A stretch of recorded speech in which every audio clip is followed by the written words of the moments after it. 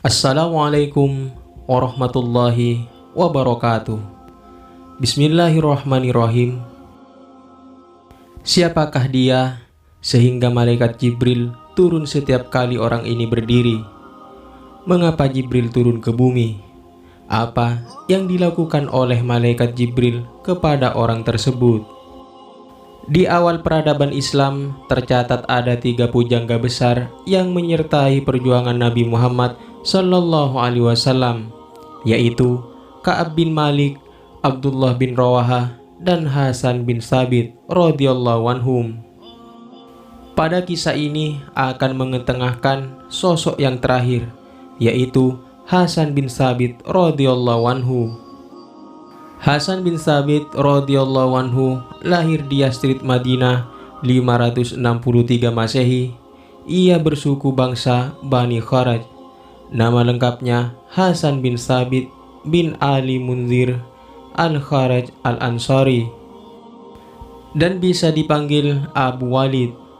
Setelah masuk Islam, orang menggelarinya syair Rasulullah Sallallahu Alaihi Wasallam, yaitu penyairnya Rasulullah Sallallahu Alaihi Wasallam.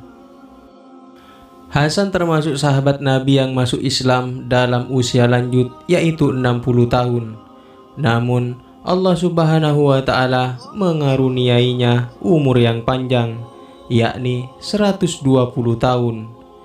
Di masa mudanya ia pernah mengembara ke Al-Hirah dan Damaskus, baru kemudian memutuskan untuk menetap di Yathrib. Ketika Nabi Shallallahu Alaihi Wasallam tiba di Yathrib dalam rangka hijrah, Hasan meninggalkan agamanya dan menyatakan diri masuk Islam. Setelah menjadi muslim, ia aktif berperan dalam perjuangan dengan mencipta dan membacakan syair-syair perjuangan. Saat Raja Mukaukis menghadiahi Rasulullah Shallallahu Alaihi Wasallam 2 bersaudara, yaitu Sirin dan Maria Al-Qibtiyah, beliau menikahi Maria dan menghadiahkan Sirin kepada Hasan bin Thabit radhiyallahu anhu. Kemudian ia menikahinya. Dari pernikahan tersebut lahirlah anak laki-laki yang diberi nama Abdurrahman. Rasulullah Shallallahu Alaihi Wasallam merespon positif peran juang Hasan. Beliau mengakui bahwa syair-syairnya ampuh untuk melumpuhkan propaganda hitam yang dibuat oleh musuh-musuh Islam. Syair-syairnya seperti anak panah yang meluncur menikam dada para penista kebenaran, penghina sang utusan. Bahkan sabda beliau, malaikat Jibril pun turut serta memberi apresiasi hangat untuk syair-syair Hasan. Berikan pujian kepada mereka, kelak malaikat Jibril bersamamu, Hasan bin Thabit. Hadis riwayat Bukhari.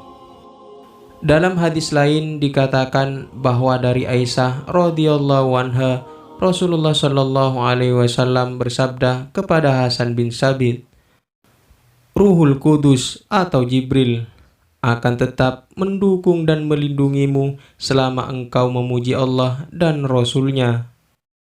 Dalam riwayat Tirmidzi dari Aisyah radhiyallahu anha disebutkan bahwa suatu ketika Rasulullah Shallallahu Alaihi Wasallam mempersilahkan Hasan berdiri di mimbar masjid untuk membaca syair pujian kepada beliau.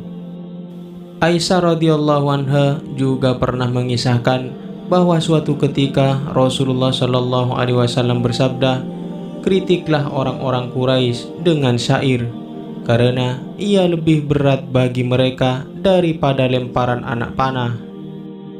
Mulanya Nabi Shallallahu Alaihi Wasallam mengundang Abdullah bin Rawahah radhiyallahu anhu dan bersabda, kritiklah mereka. Ibnu Rawahah pun bersyair, tetapi beliau merasa belum cukup.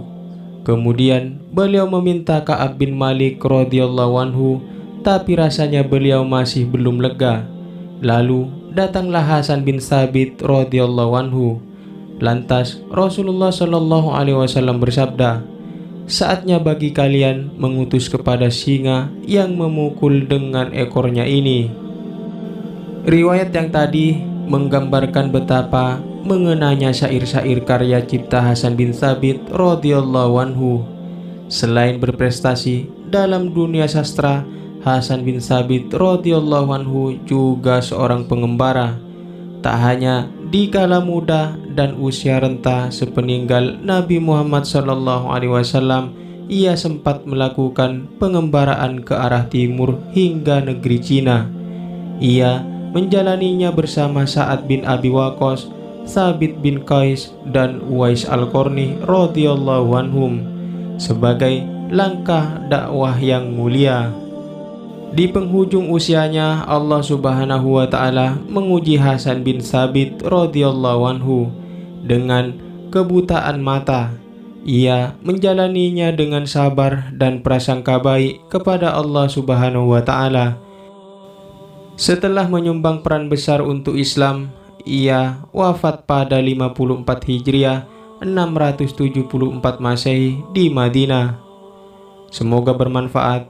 Wallahu a'lam bishawab. Assalamualaikum warahmatullahi wabarakatuh.